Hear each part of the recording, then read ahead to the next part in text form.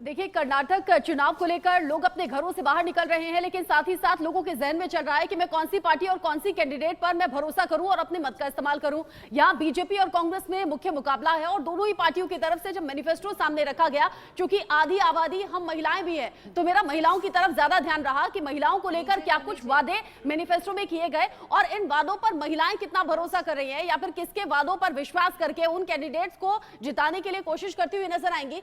मैं आपको बताऊंगी कि बीजेपी और कांग्रेस के मैनिफेस्टो में महिलाओं के लिए वादे किए गए थे और इन वादों पर महिलाओं को कितना भरोसा होता है। देखिए, अगर बीजेपी के वादों की मैं बात करूं, 10,000 तक की एफडी कराने का वादा बीजेपी ने अपने मैनिफेस्टो में महिलाओं के लिए किया, क्योंकि महिलाएं ही घर चलाती हैं, गृहस्थी चलाती हैं, उन्हें किचन चलाना है, उन्हें घर संभालना है। यहां 10,000 तक की एफडी ये महिलाओं को क्या भरोसा दिला पाएगी कि हाँ, मुझे बीजेपी कैंडिडेट पर भरोसा करना है। साथ ही आर्टिफिशियल इंटेलिजेंस बेस्ड सीसीटीवी कैमरे लगाने की बात कही, ये महिला सुरक्षा के लिहाज से है। साथ ही ये जो दूसरी तस्वीर है, यहां कांग्रेस के वादे आपको नजर आ रहे हैं। मल्लिकार्जुन खड़गे की तस्वीर के साथ हम देखेंगे सरकारी बसों में जो यात्री हैं, उनमें जो महिलाएं हैं, उनका किराया बिल्कुल मुफ्त कर दिया जाएगा। और हमें राहुल गांधी की वो तस्वीर नहीं भूलनी चाहिए जिसमें वो बस में लोगों के साथ सफर करते हुए नजर आए थे और यहीं पर उन्होंने जिक्र किया था कि महिलाओं को फ्री में सरकारी बस में यात्रा करवाएंगे। साथ ही महिलाओं को 2,000 रुपए प्रति महीना भी दिया जाएगा, यानी कि हर महीने 2,000 रुपए महिलाओं को दिए जाएंगे। ये ऐसे वादे होते हैं जिन पर महिलाएं बहुत सोचती समझती हैं। 2,000 रुपए अगर महिला को मिलते हैं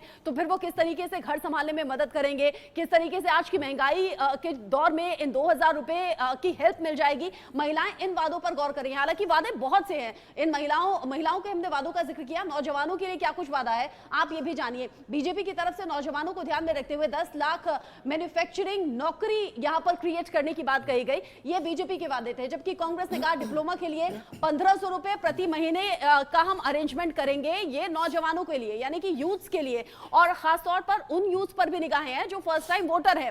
अब 10 लाख मैन्युफैक्चरिंग नौकरी का वादा बीजेपी ने कर दिया। इससे क्या युवाओं को रिझा पाएंगे। साथ ही साथ कांग्रेस दावा कर रही है, वादा कर रही है कि डिप्लोमा के लिए 1,500 रुपए प्रति महीना हम युवाओं को देंगे। महिलाएं, युवा, पुरुष, किसान, इन सबको ध्यान में रखते हुए कांग्रेस और बीजेपी ने मैनिफेस्टो सामने रखा है। रचना ने बहुत अच्छे तरीके से प्रिपेयर कर लिया है। जी रचना ने बहुत अच्छे तरीके से बताया है कि मैनिफेस्टो में क्या है। मैनिफेस्टो की वजह से, हालांकि कांग्रेस के मैनिफेस्टो के बाद में हो गया बवाल, लेकिन मैनिफेस्टो में क्या वादे किए गए हैं ये रचना बता रही थी। 224 सीटें कर्नाटक की।